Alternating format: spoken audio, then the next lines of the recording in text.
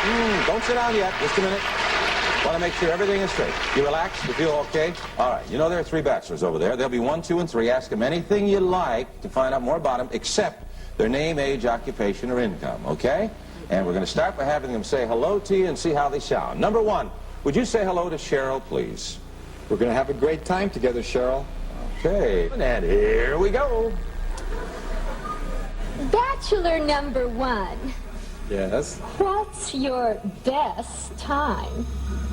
The best time is at night, nighttime, Why do you say that? because that's the only time there is. The only time? What's wrong with morning, afternoon? Well, they're okay, but nighttime's when it really gets good. Then you're really ready. I'm a drama teacher, and I'm going to audition each of you for my private class. Bachelor number 1. You're a dirty old man. Take it. Come on, over here.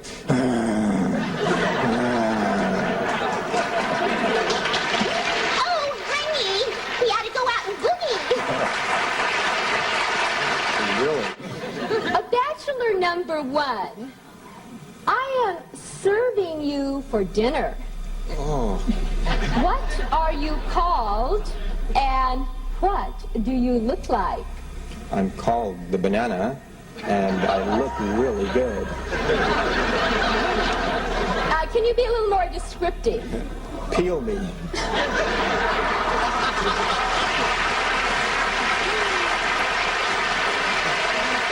Later, Bachelor 1, later. Welcome back to the dating game, and Cheryl, we have reached the moment of truth, as we call it. You've heard from the bachelors. You got some great dramatic presentations, some good answers, but now I'm going to ask you a question. Will that date be bachelor number 1, bachelor number 2, or bachelor number 3? Who gets the dates? Well, I like bananas, so I'll take 1. Number 1, bachelor number 1. All right. Well, there they go. However, you did leave 1 remaining, and this is your date, and I want to tell you something about him, Cheryl. He's a skydiver, so he's got a lot of nerve. He's into motorcycling. He's also a fine photographer. Say hello to Rodney Alcala. Rodney, come on and say hello. Congratulations, Rod. You did it with the 1 answer. Okay. You can go relax, meet each other, say hello, get acquainted, and they'll be back. And before we begin our next game, let's find out what runners-up will receive today from Johnny. One of Alcala's competitors on the show was actor Jed Mills. He described Alcala as a, quote, very strange guy. He said he had, quote, bizarre opinions. The Bachelorette, Cheryl Bradshaw, refused to go out with Alcala after they got better acquainted backstage. She said she found him creepy. Pat Brown is a criminal profiler. Brown has speculated that Alcala's post-dating game murders may have been at least partially motivated by Cheryl Bradshaw's rejection of him. Brown elaborates on this theory. One wonders what that did in his mind. That is something he would not take too well. Serial killers don't understand the rejection. They think something is wrong with that girl. She played me. She played hard to get. On February 13, 1979, 15-year-old Monique Hoyt was hitchhiking. She was picked up by a young man who was kind and charming. She was hitching in downtown Pasadena at the time. He pulled up and asked her if she would pose for some photos that would be submitted as entries in a contest. Monique was flattered. There was photographic equipment in the car, contributing to an air of legitimacy. She introduced herself. He told her his name was Rodney Alcala. He told her he needed to drop by his house to pick up more equipment. By the time they got to his home, it was too dark to take photos. It was decided they would spend the rest of the night at his place. In the morning, they drove out to the mountains outside of Banning in Riverside County. Alcala parked the car. They walked for about 15 minutes into the forest, toward the destination Alcala told her about. He took several pictures of Monique while she was fully clothed. He directed her to pose this way and that. 15 minutes in, he asked her if she would mind posing in the nude. She agreed and disrobed. Next, he told her he wanted to take some goofy pictures of her. He asked her to take her t-shirt, put it on, and pull it over her face. Once there, he wanted her to hold it there.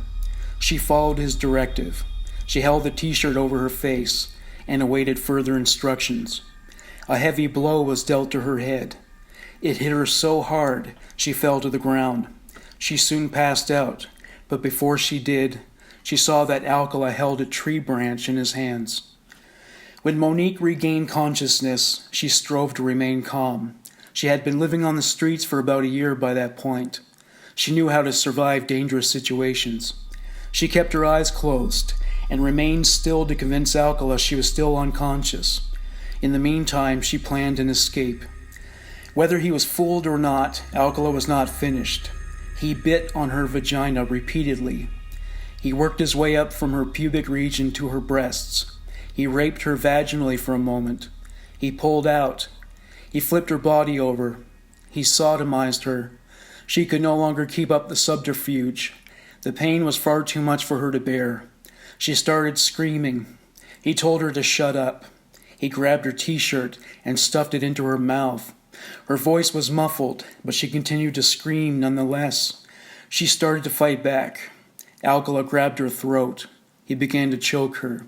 She became unconscious. Monique regained consciousness after a period of missing time. She had no inkling of what time it was or how long she was unconscious. Her wrists and ankles were tied. She couldn't move. She opened one eye. She saw that Alcala was lying on the ground next to her. She heard him crying. She took advantage of this moment of vulnerability. She acted friendly toward him in hopes that she could gain his trust and mercy. She told him she would love to spend more time with him. She found a way to roll over and touch his arm. She asked him if he was okay. She told him not to tell anyone about what happened. He didn't answer. She asked him if she could stay with him at his house so that they could be together. He rolled over to her. He untied her wrists. She got up, untied her ankles, and put her clothes back on. They walked to his car. Neither of them said a word. He drove them off the mountain, still silent. He stopped at a gas station to use its washroom. She said she would wait. Once he entered the washroom, she got out of the car and ran to an adjacent motel. She screamed at a guest to call the police and report that a man kidnapped and sexually assaulted her. A couple grabbed her and brought her into their room for safekeeping. She waited there until the police arrived. Alcala heard the commotion Monique caused. He ran to his car and sped off. Shortly thereafter, the police turned up at the motel and took Monique to the station. Once she was calm enough, she told them what Alcala did to her. She attempted to describe him. They showed her suspects from photos of lineups of men who to some extent resembled her attacker. After a minute, she screamed, "That's him." It was Alcala in the photo. On arrival, detectives found Alcala watching television. He was calm during questioning. They asked him about his past. He told them he was a parolee and that he had recently been charged for possession of marijuana. They asked him what he had been doing earlier that day. He stonewalled them. They arrested him and charged him with sexual assault. After the arrest, homicide detectives questioned Alcala to get his version of what happened between him and Monique Hoyt. By his account, Monique consented to being tied up and photographed without her clothing. He claimed she also simulated sex acts for him. He stuffed the t-shirt in her mouth when she began to fight. He choked her so she would stop screaming. Days later, Alcala appeared at a bail hearing. His bail was set at $10,000. His mother paid it. She assumed he was innocent. A trial was scheduled for September that year. He went free. In April, he resigned from his position at the LA Times. He decided to open his own photographic studio. On June 13, 1979, Jill Parenteau had a date lined up with a boy from school. Her sister Dee Dee called her. She was excited to hear about this development. He planned to take them to an LA Dodgers baseball game. Jill's best friend, Kathy Bowman, called her to find out how the date went. Jill didn't answer. Kathy called her a few more times that day, but Jill still didn't answer. She called Janet Jordan, one of Jill's co-workers. Janet went to Jill's apartment to see if she was all right. There was no response there either. She called the police. Detective Gordon Bowes received a call on June 14th about a dead body that was discovered at an apartment at 1921 Peyton Avenue in Burbank. When Bowes and his cohorts arrived at the scene, Janet Jordan was hysterical. She was screaming. Nothing she screamed was coherent. The outside window had been removed and the screen was cut. The light bulb outside of the front door had been loosened. In the bedroom, they observed a nude female laid out on the bed, face up. Her legs had been spread widely. Her genitalia faced the bedroom's door. She had been propped up on pillows. From what the officers could tell, the assailant inflicted severe trauma on her face, damaging her cheeks, nose, and teeth. Nylons were found on the bed beside her. They were torn and knotted.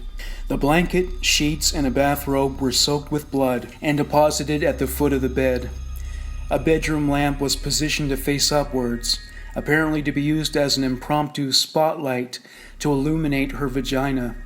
An electric blanket was placed under her body. The cord was wrapped around her neck. The autopsy disclosed that she received an extensive horizontal scalp laceration measured at 6 inches. The trauma she incurred from the attack was so extreme she bled into the undersurface of her scalp. Considerable trauma was dealt to the head with an object that was wider than a hammer. That or the head was slammed against a flat object. It could also have been caused by a human fist. Ligature marks on her neck were caused by knots in the nylons.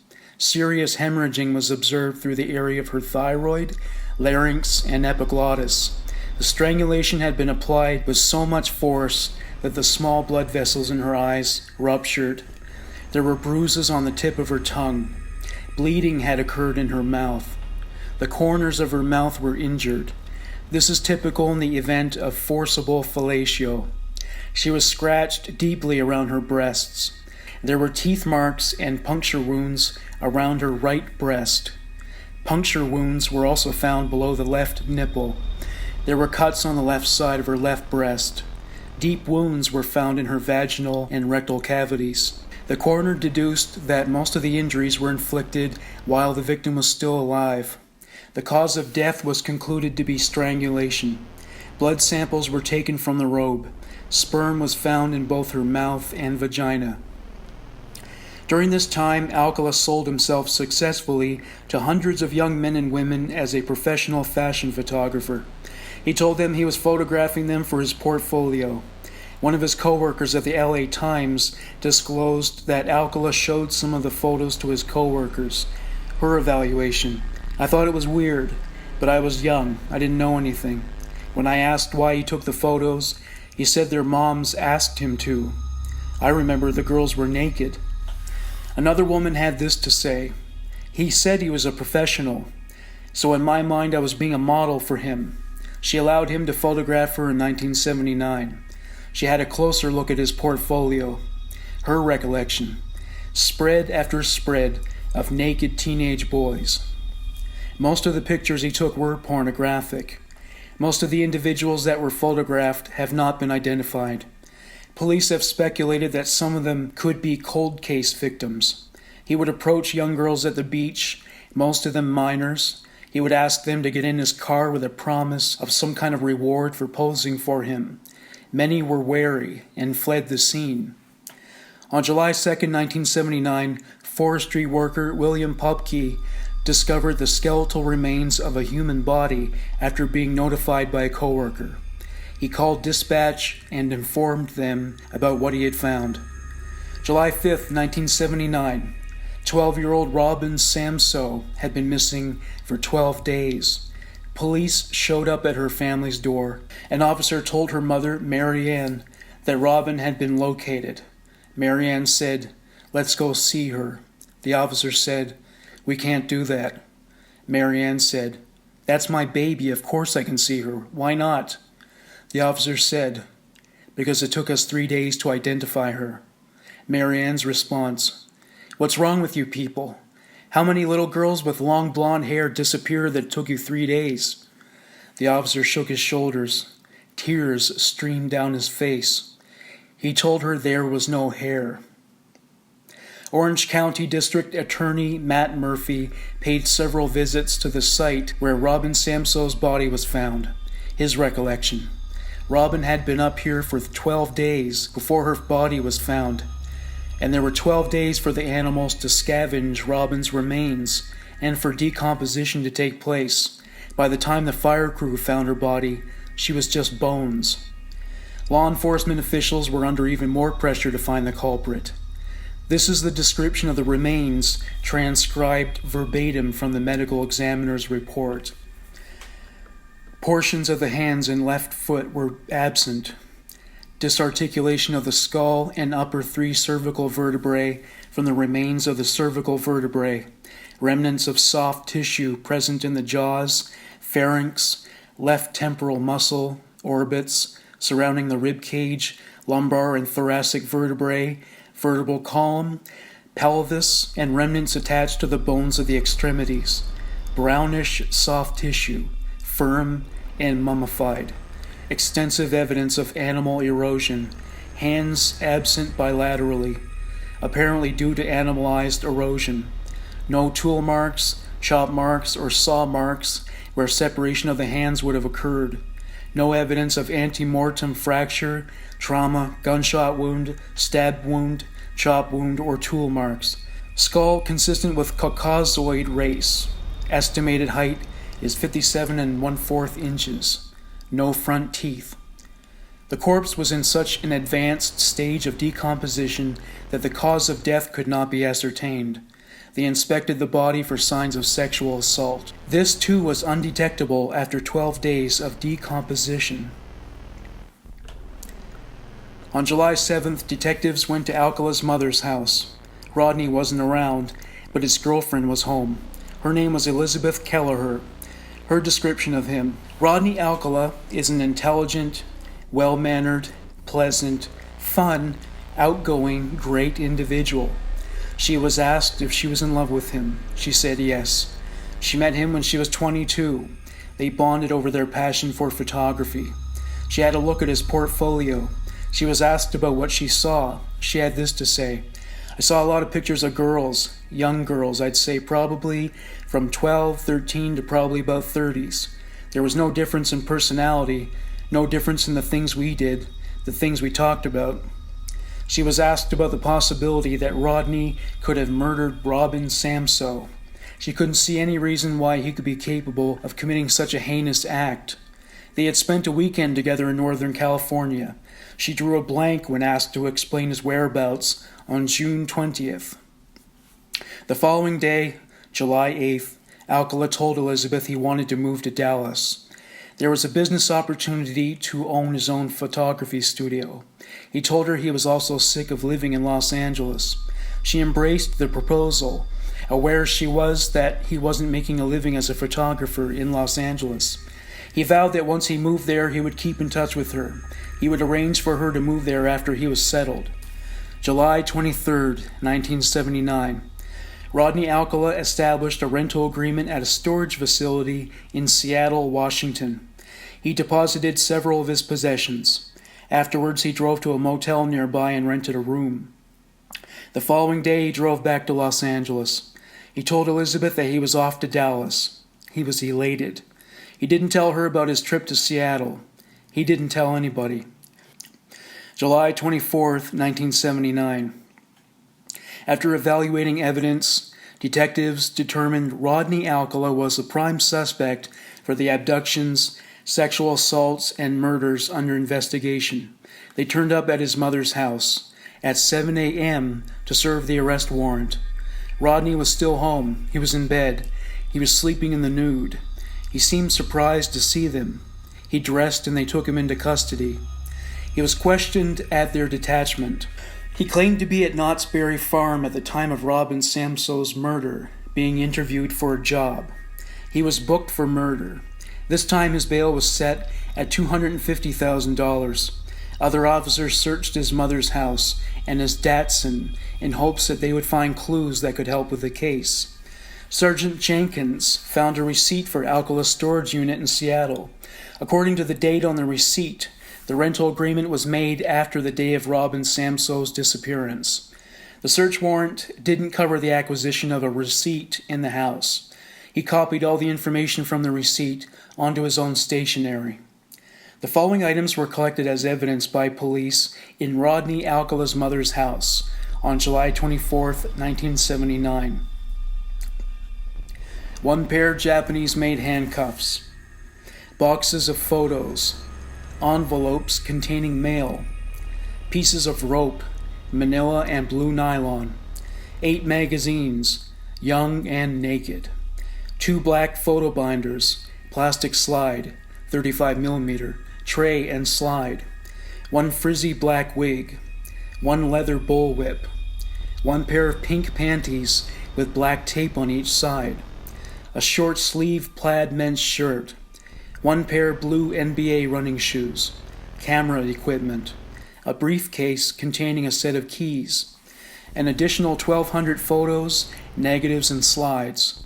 A cane-cut knife was discovered in the house, but no knife was missing from the set. These items were found in his Datsun.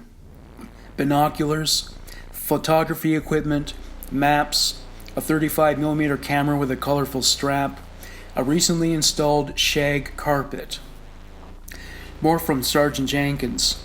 As they really focused on Mr. Alcala, they learned that he had no alibi, that nobody could account for his whereabouts at that time. Soon after, investigators learned that Alcala acquired new charges not so long ago. To quote Matt Murphy, Rodney Alcala was on bail for a kidnapping/rape out of Riverside that had just been committed, within a couple of months of the murder of Robin Samsoe. The more they learned about Rodney Alcala, the more perfectly Rodney Alcala fit into the profile, essentially, of the person they were looking for. The quest to prove Alcala was culpable for the abduction and murder of Robin Samsoe proved challenging. As with every case, they weren't about to leave any stone unturned. Alcala was unaware about the discovery by police of the receipt for his storage unit in Seattle. A search warrant was issued for the locker. Detectives McErlane and Robinson flew to Seattle. There were 2 padlocks on the door to the unit. They had 2 keys with them that were located in the Alcala house. The keys fit. The detectives searched the locker for 3 hours. These items were found in the storage locker. Wintry weather clothing, kitchenware, a red coin purse, several earrings in a jewelry pouch, including a pair of gold rose earrings with a tiny diamond in the middle and a pair of gold ball earrings. On August 1st, the earrings were established to belong to victim Robin Samsoe. Boxes containing over 1,700 photographs, negatives, film, and slides, including one marked Tali VA Rape and another labeled Ode to New York by John Berger. July 26, 1979. Arraignment. The arraignment was held 2 days after the search of Alcala's storage locker. He was charged with kidnapping, a lewd or lascivious act upon a child under 14, murder, and robbery. He pleaded not guilty. The judge set a preliminary hearing for August 9, 1979. He was held without bail. Alcala asked the judge to issue him a public defender. On August 14th, Chris Stropel, the deputy public defender selected to represent Alcala, was taken off the case. He was informed that Alcala confessed to the murder and sexual assault of Robin Samsoe to 3 inmates. Stropel happened to represent all those inmates. It was determined to be a conflict of interest. Attorney John Barnett was assigned to Alcala's case. He requested a new trial date so he could have more time to read up on the case. The trial was to commence in early 1980. On February 15, 1980, Superior Court Judge Philip E. Schwab ruled that prior offenses of Alcala's could be admissible as evidence. The offenses included the beating and sexual molestation of an 8-year-old in Los Angeles in 1968. He was alleged to have abducted and molested a 13-year-old in Huntington Beach. He was suspected of murdering a woman in 1977 in New York. He was also a suspect in the abduction and beating of a 15-year-old in Riverside County in 1979. Alcala was also due to appear in court in Riverside County in October for his attack on Monique Hoyt, those charges being rape and assault with the intent to commit bodily harm. Alcala was present in court that day, but Monique Hoyt wasn't. The judge ordered a psychiatric evaluation for her. The LAPD were on the fence about whether to go to trial with the murder of Jill Parenteau. It took nearly a decade to bring them to that point, but they hit a critical snag. The single witness, John Mulqueen, who was an inmate friend of Alcala's, committed perjury in another case where he was the state's key witness. His credibility was shot. After being unable to find any other witnesses, the case was dismissed. In February of 1980, Alcala's trial for the murder of Robin Samsoe began. As with the trial for Jill Parenteau's murder, there were issues with unreliable witnesses. A forest ranger who found Robin's body gave slightly different accounts of her discovery every time she was questioned by the police. The other witnesses who were dismissed from the case were inmates who agreed to testify because it would reduce their sentences. Robin's mother, Marianne, kept a gun in her purse. She planned to murder Alcala at some point. She was willing to execute him with a judge, prosecuting attorney, and a jury as witnesses. Alcala's lawyer pointed out that the forest ranger concealed vital information that was relevant to the case, which called her credibility into question. She was so traumatized by the state of the body that her recollection was checkered. She wasn't 100% sure that Rodney Alcala was the man she spotted with a girl who resembled Robin Samsoe. She got times and dates wrong. She even admitted that she hadn't told the truth during questioning. She had this to say about why she gave false information to police. From the very beginning, I was trying to find a way out. I didn't want to testify. Blaming it on my imagination was easier than actually saying I believed what I saw. I had been petrified to come forth with evidence because of my overwhelming feelings of guilt, depression, denial, and horror. I had recurring nightmares about what I saw, although the nightmares were never the same, and that caused me to question what was real and what was a dream. I wanted to be absolutely sure of my facts before I told anyone.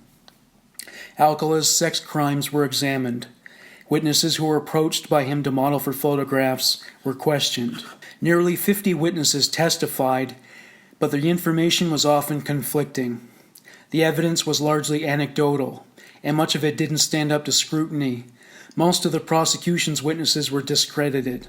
Many associates of Alcala's were able to provide verifiable alibis that supposedly proved that Alcala was not in Robin's company the night she was murdered. Psychologists evaluated the forest ranger and determined that her accounts of what happened could not be trusted. On April 23rd, the defense rested their case. Alcala decided not to take the stand. Final arguments began on April 28th, 1980. The prosecution addressed the jury, shedding light on Rodney Alcala's history as a sex offender, which included arrests and convictions. He approached the girls on the beach with designs on sexually assaulting them, he opined. Alcala's lawyer admitted that Alcala was a bad man, but he went on to say that the state had not proven that he was responsible for the murder of Robin Samsoe. He pointed out that there was no physical evidence that Robin was abducted on June 27th. No hairs or fibers were found that could link the slaying to Alcala. He argued that the case was purely circumstantial and riddled with holes. He asserted his belief that the forest ranger was not a credible witness. He finished by recommending a vote of not guilty. The jury had not come to a verdict on the first day. Robin's mother didn't sleep much that night. She was still awaiting the right moment to shoot Rodney Alcala. The next day, the jury returned a verdict. The judge asked of the county clerk, "How do you find the defendant regarding the first-degree murder charge with use of a deadly weapon?" The county clerk's response, "Guilty of first-degree murder." Cheers erupted in the courtroom. The judge called order. "And regarding the count of forcible kidnapping, how do you find the defendant?" "Guilty." The prosecuting attorney called 2 witnesses to testify at the penalty phase hearing. They were Rodney Alcala's previous parole officers. After they were questioned, he concluded by judging Alcala as a cold, calculating killer who stalked little girls for selfish, aberrant purposes. This beast, this conniving scum, stole Robin's life. What other penalty is appropriate for the murder of a little girl but death? The defense didn't call any witnesses, and Alcala chose not to testify. His attorney acknowledged that Alcala was sick and disturbed. He said Alcala suffered from a mental illness that enabled him to make the leap from a normal man to an unpredictable, frenzied person. He was driven by a frenzy he was powerless to stop. He felt his client was tried on anger and fear. 4 hours later, the court clerk announced the sentence: death. Robin Samsoe's mother shouted, "All right," and broke down crying. Alcala, by contrast, presented as an automaton, demonstrating no feeling whatsoever. The judge set June 20th as the sentencing date. Robin Samsoe admitted to media that she had the gun on her. She decided against shooting Alcala because she had other children and wanted to be there for them. She did come close to shooting him when he blew kisses at her. On June 20th, the judge made the following statement: "It is fair to say that the evidence disclosed the defendant in a premeditated manner stalked his prey for a number of days.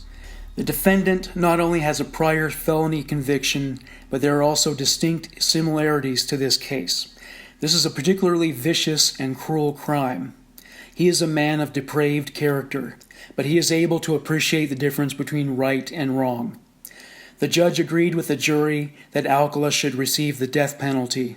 It was to take place in a gas chamber.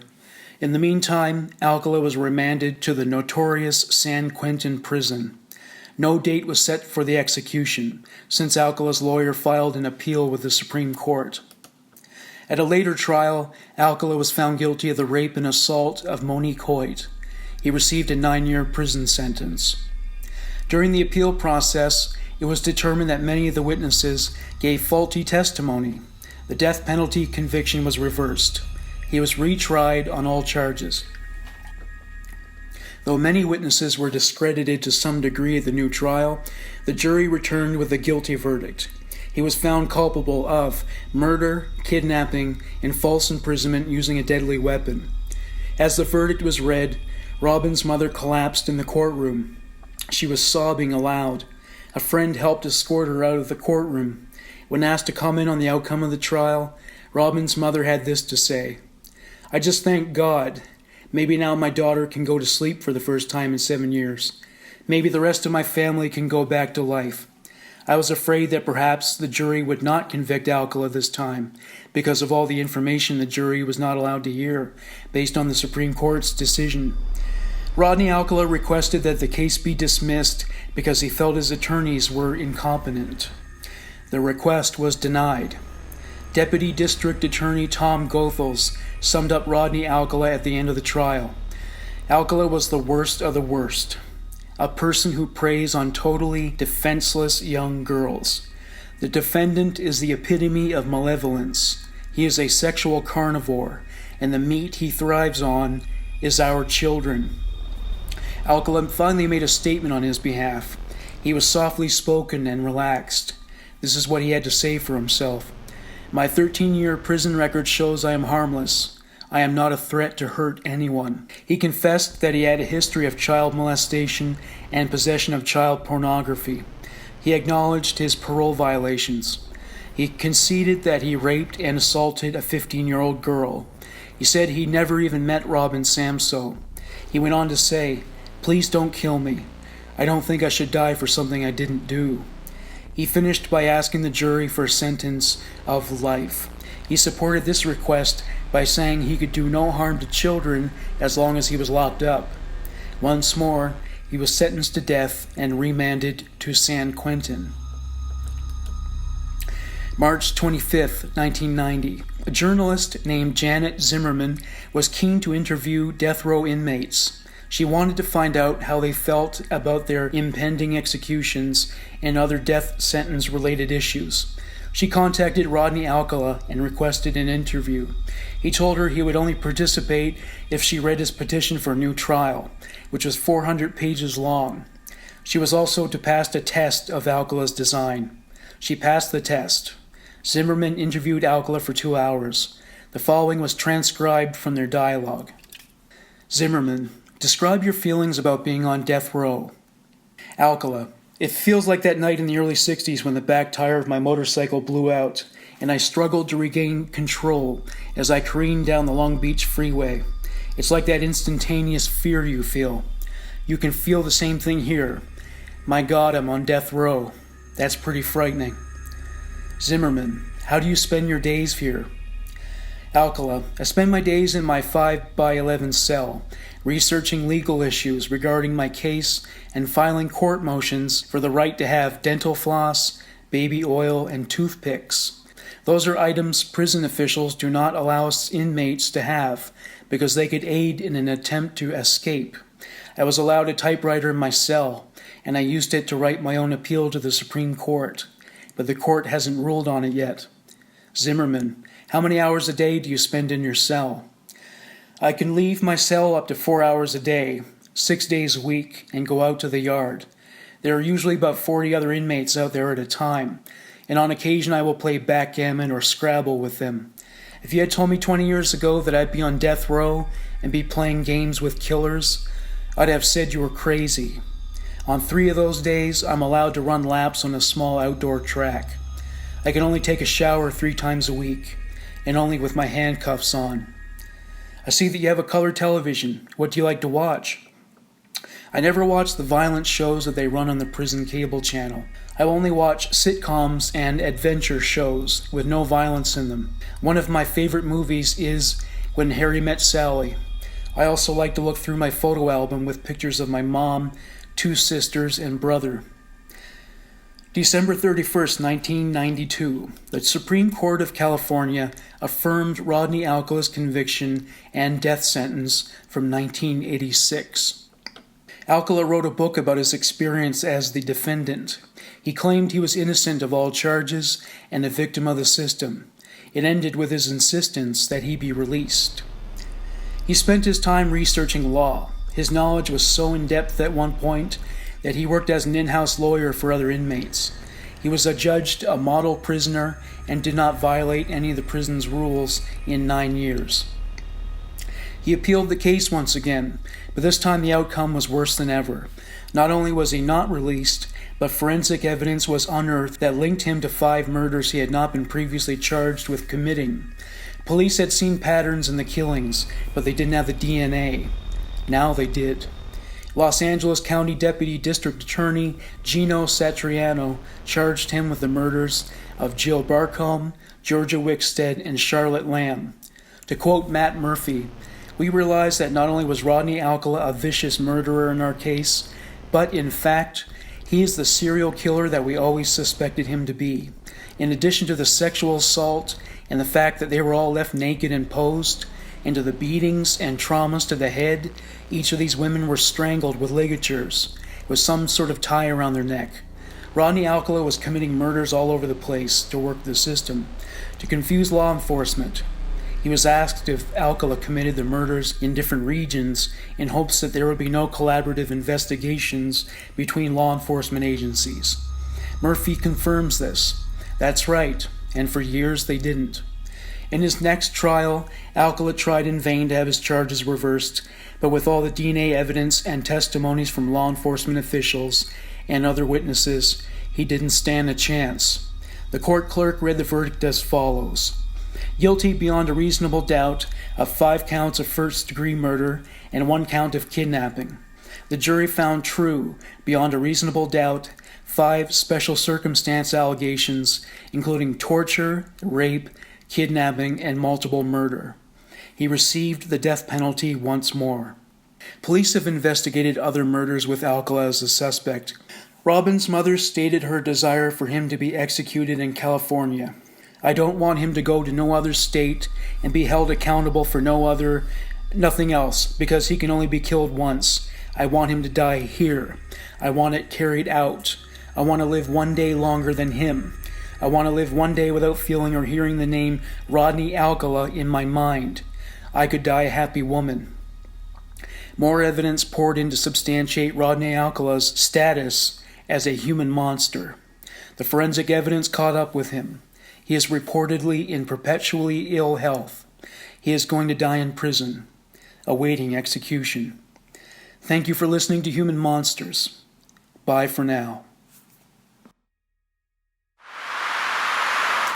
Hello, everybody. I just wanted to let you know that I now have a second podcast. It is called Second Act. Why Second Act? There are many things and people that I'm a fan of that were popular back in the day, but they have fallen off the radar since. Movies, record albums, comedians, all kinds of stuff. Because I'm such a big fan, I think they deserve a second chance to show their worth. The first episode was about a film called Tapeheads. It stars a pre-Shawshank Redemption Tim Robbins and a pre-Say Anything John Cusack. It was released in 1988. It both lampoons and pays homage to the 1980s and the medium of music videos. I happened to score an interview with the film's director, Bill Fishman. The second episode is about stand-up comedian Robert Schimmel. If you like blue humor, you'll love Robert Schimmel. Not only was he blue, but he was hilarious. The episode contains clips from his act that I know you'll love. So check out Second Act. It's available on iTunes, YouTube, and wherever else you get your podcasts.